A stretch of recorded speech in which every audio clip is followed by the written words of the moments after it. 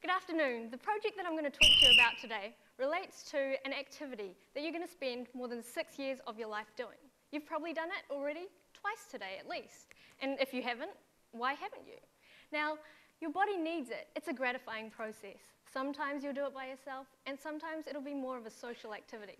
That's right, it's mastication. Mastication is a complex set of processes involved when you take a piece of food into your mouth and you break it down and you make it into a bolus that you can swallow. And by the term bolus, I'm simply referring to a mixture of food particles and saliva. Okay, so everyone eats, but how many of you actually think about what you're doing when you're eating?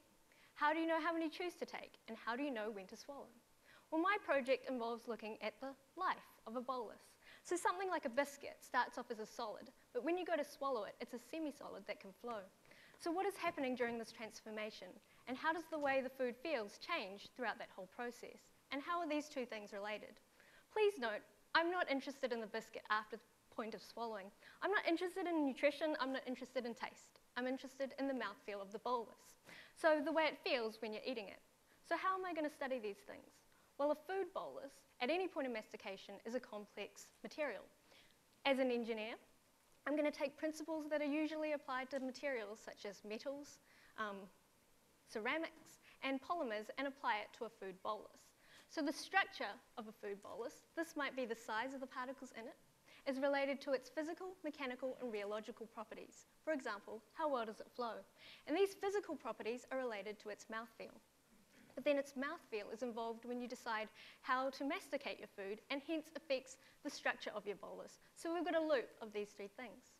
Now, to investigate these interrelated areas and work towards the goal of being able to design a food with a certain mouthfeel, I'm going to get people to chew and expectorate biscuits that have been masticated to varying degrees.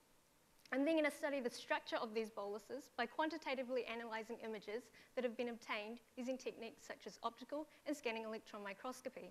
But my main challenge is to develop a suitable instrumental test or tests that's capable of measuring the properties of the bolus that are changing with mastication. Now, currently I'm looking at tests which are based on principles such as rheology, viscoelasticity, and fraction mechanics.